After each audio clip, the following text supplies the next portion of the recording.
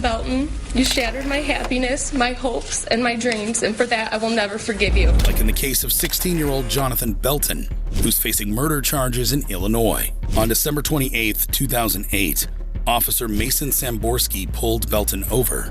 Belton was driving without a license, so the officer drove him to a supposed relative's apartment to identify him.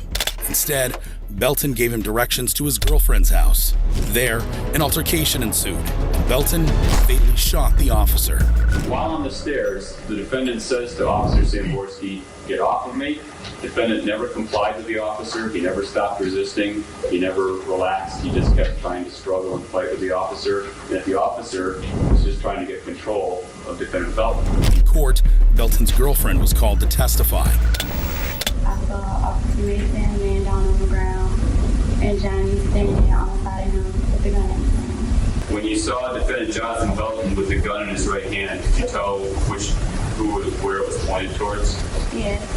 Tell the jury where defendant Belton had the handgun. It was pointed toward like his upper body, somewhere towards his face. An officer who arrived at the scene after the 911 call following the shooting also took the stand to testify.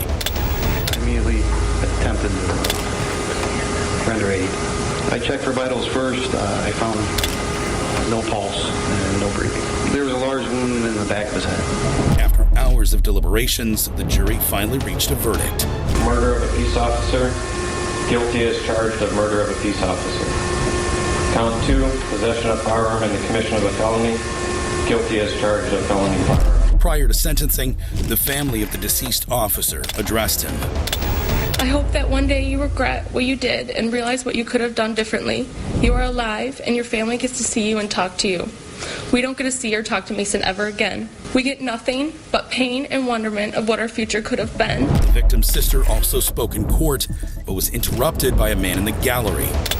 Jonathan Belton, it is over. Hey.